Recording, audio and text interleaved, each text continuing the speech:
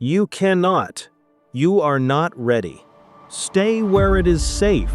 No one wants to hear you. You thought the voice was coming from outside, but the most powerful system does not control you by force. It teaches you how to control yourself. The system says you cannot. Then one day, you begin saying, I cannot, and the program disguises itself as your identity. Sometimes the system speaks through strangers, sometimes through people who love you, and sometimes it speaks through you. But the moment you recognize the voice, you are no longer completely unconscious beneath its command. Shit, I realize. A thought can exist inside you without possessing the authority to define you. The pause interrupts the program. The choice returns your agency. The matrix does not need to close the door. If it can teach you never to approach it, question the voice. Find the choice. Reclaim your authorship. Who wrote the code?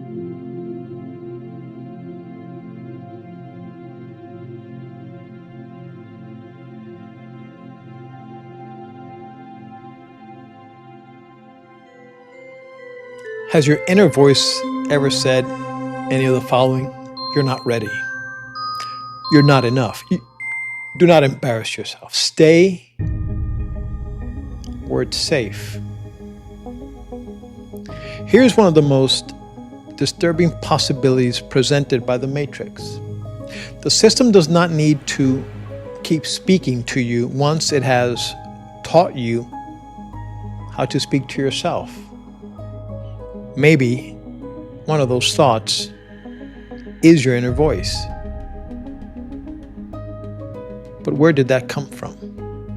The Matrix achieves its greatest victory when its voice becomes indistinguishable from your own. Welcome to episode 2 of our limited series on the Matrix. In episode 1, we explored the Matrix as a mirror. The world outside reflecting the world inside, the visible prison revealing the invisible prison. But today we go deeper, because a mirror only reflects what stands before it. Code, on the other hand, does something more. Code gives instruction. Code defines possibility. Code determines what the system recognizes, permits, rejects, and repeats. And the most powerful code is the code we no longer recognize as code. It feels natural. It feels personal. It feels like identity. We commonly imagine control as something obvious. A dictator, a prison guard, a weapon, a locked door, an authority giving commands. But the most sophisticated form of control is often internal. The outer command becomes an inner expectation. The prohibition becomes the anxiety. The punishment becomes the shame. The surveillance becomes self-consciousness. The system no longer needs to say, do not speak, because your inner critic says, no one wants to hear what I have to say. The system no longer needs to say, do not attempt that, because your inner voice says, I am being realistic. The system no longer needs to say, remain in your place, because your inner voice says, this is probably all I deserve. That is the code within. And because the voice uses the word I, we assume the thought originated from the deepest part of us.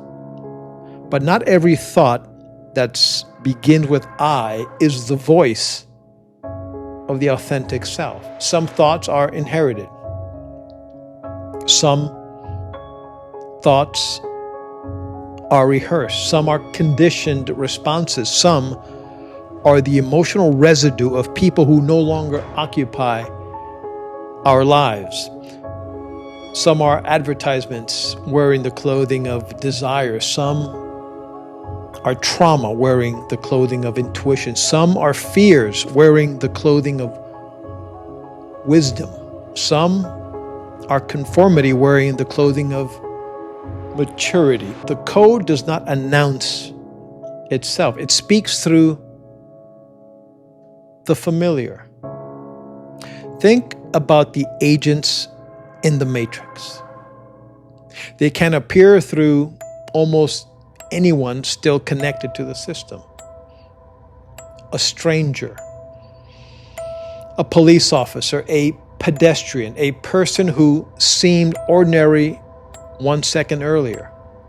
The agent is not limited to one body because the agent represents the enforcement function of the matrix. Anyone sufficiently identified with the system can be temporarily become its instrument.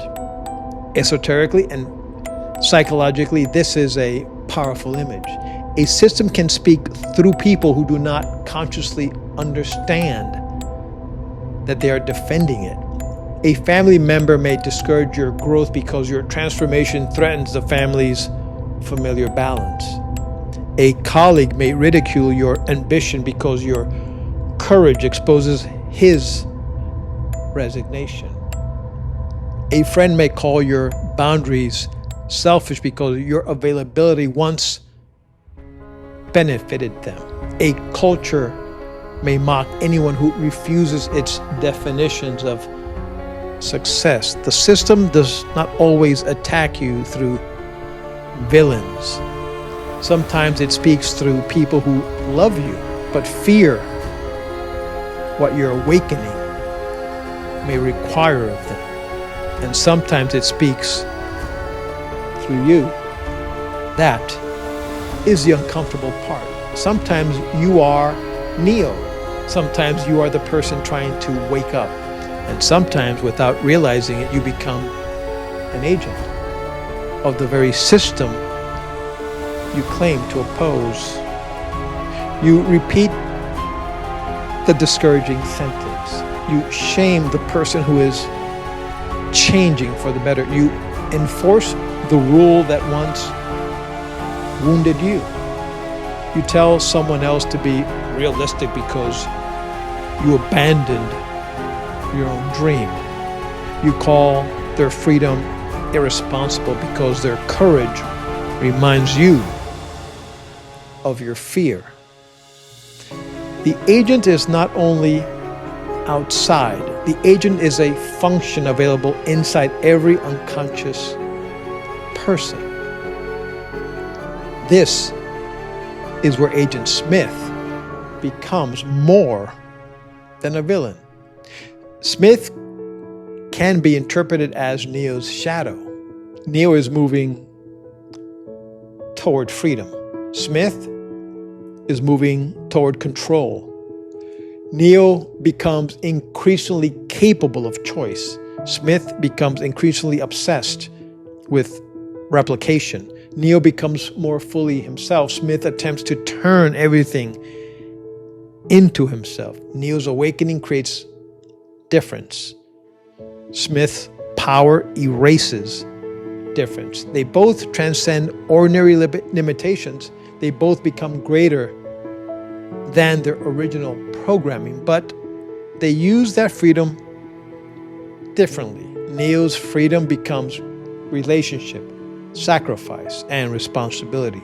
Smith's freedom becomes domination. This is agency's shadow. Will without love, power without conscious, selfhood without relationship. Freedom interpreted as the ability to absorb everything that is not you. Smith is what happens when liberation from rules is not accompanied by liberation from hatred. He does not merely want to escape the matrix, he wants to become the matrix. And that is a warning. Not every rebellion produces freedom.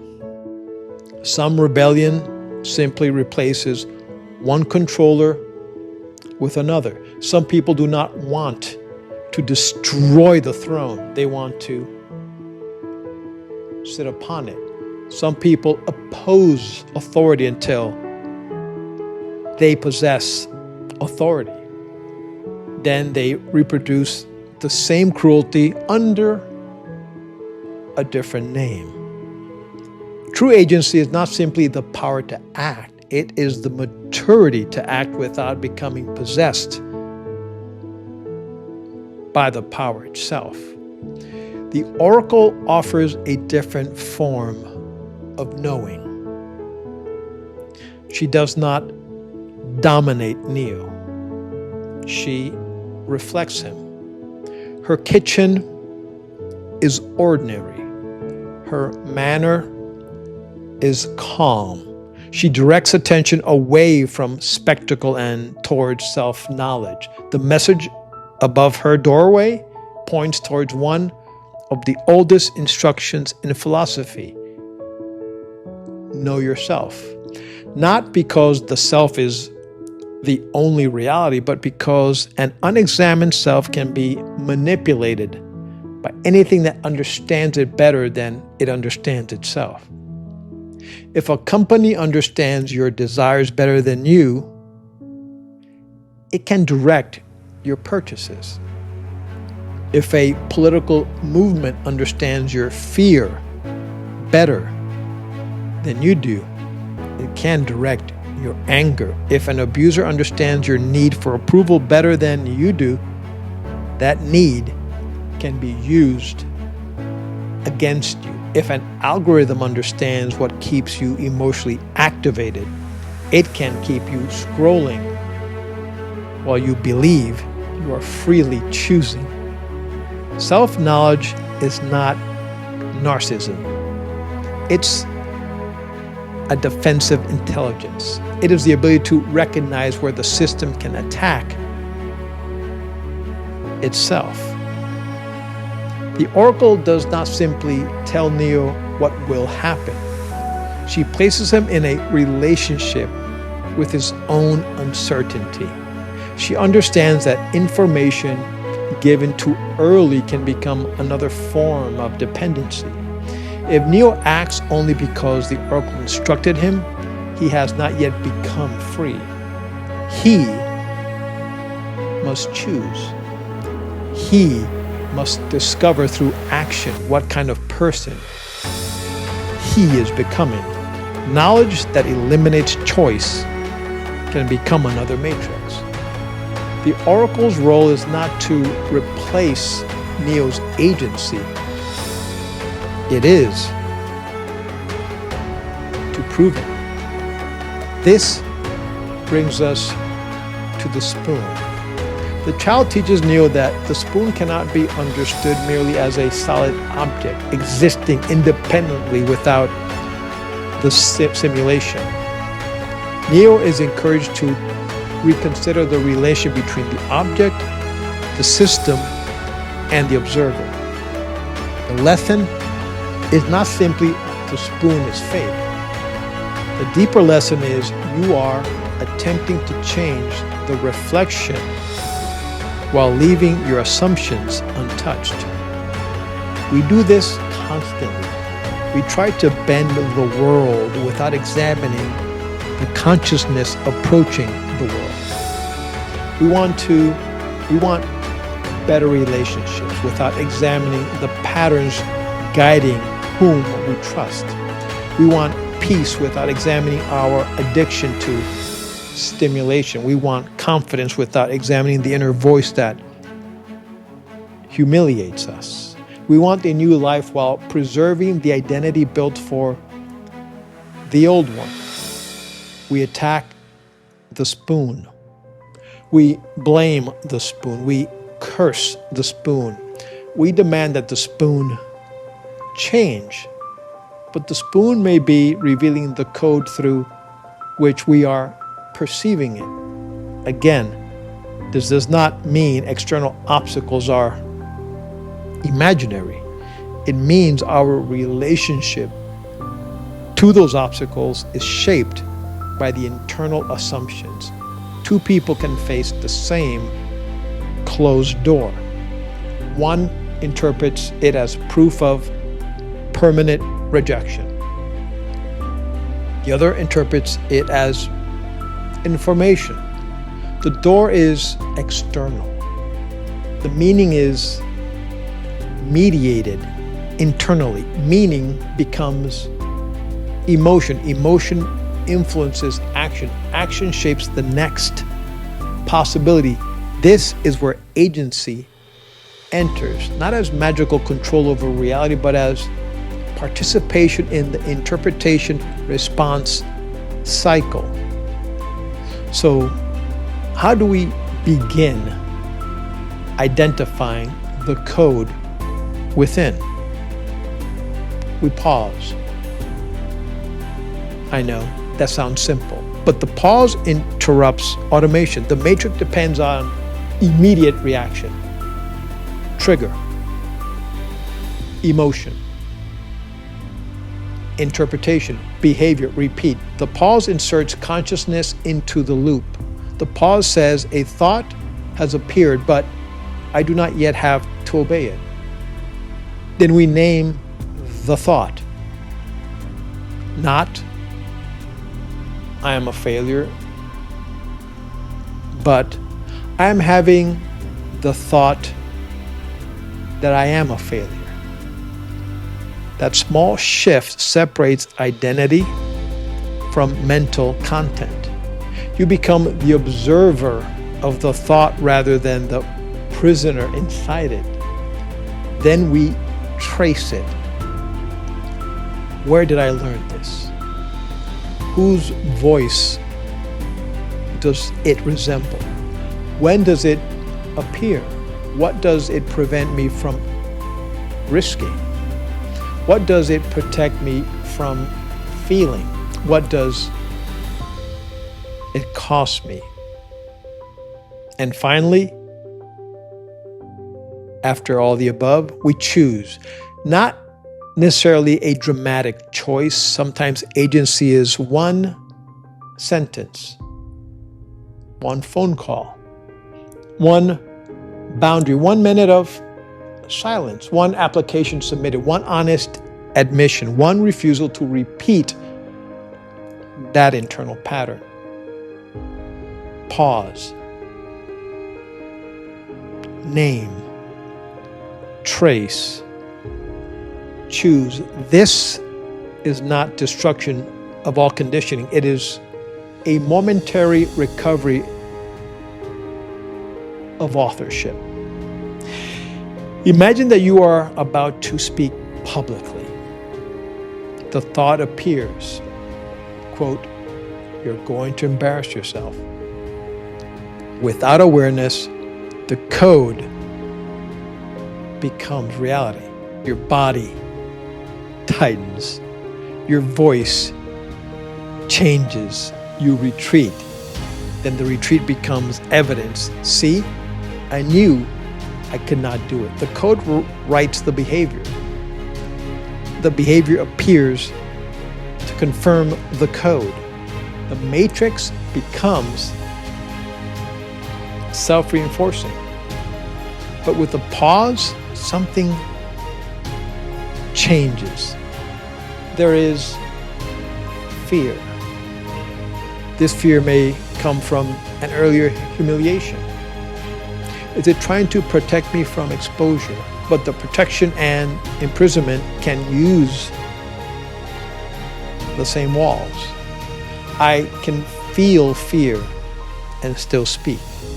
That is agency. Not the absence of fear, but the refusal to let the fear impersonate destiny. The code within me may say, you are too old. Agency says, too old according to what evidence? The code says, you are and have failed before.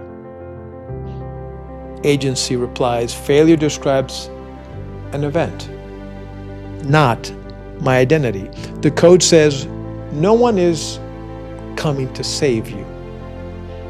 Agency answers, then I must become more available to myself. The code says, this is simply who you are. Agency says, or is this who repetition has trained me to be? This is not empty positive thinking. Agency does not demand that we replace every difficult thought with a pleasant one. It asks us to examine the thought before granting it authority, access to our emotions and our actions. A thought can be painful and true. A thought can be comforting and false. Maturity requires discernment, not denial. The matrix is strongest when we do not know it is speaking. It weakens when its language becomes visible. The sentence that once sounded like identity becomes recognizable as programming. The fear that once appeared prophetically becomes recognizable as memory. The rule that once seemed natural becomes recognizable as history. And once the code is visible, we gain a choice. Not complete control, not instant freedom, a choice. But choice is where agency begins. You cannot. Maybe, but who taught me that? You are not ready, but perhaps readiness is created through beginnings. Stay where it is safe.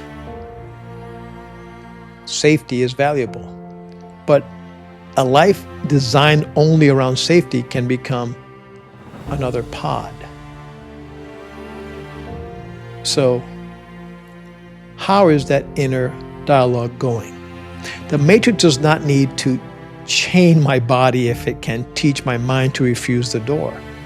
It does not need to silence me if it can make me ashamed of my own voice. It does not need to choose my life if it can convince me that I have no meaningful choice. The system achieves its greatest victory when its voice says, I. And agency begins when I answer. Just because the voice is inside me does not mean it speaks for me. In the final episode, coming up next week, The Red Pill Within, when realization becomes agency, will be our next look at this programming. This has been Esoteric Lore. Pause before the program completes the sentence. There's a moment after you hear something true when it lands in your body. Not as an idea, but as a decision. I don't want to keep living on autopilot. Because autopilot isn't weakness, it's your nervous system running fast patterns under pressure. That's why smart people still snap, scroll, avoid, and repeat. Here's the reframe that matters. You are not your reactions. A reaction is a surge. You are the one who can interrupt it. Not by calming down perfectly, but by creating a small gap, a pause, seconds of space where choice becomes possible. That's also why insight alone doesn't change behavior. Under stress, knowledge disappears. Skills don't. Skills are trained. The Agency Academy book gives you the blueprint.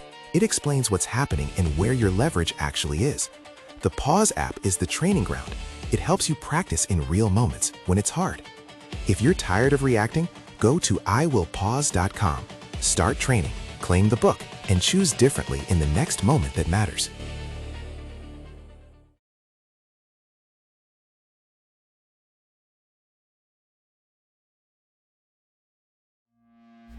If you like this video, please subscribe, share, and give us a thumbs up.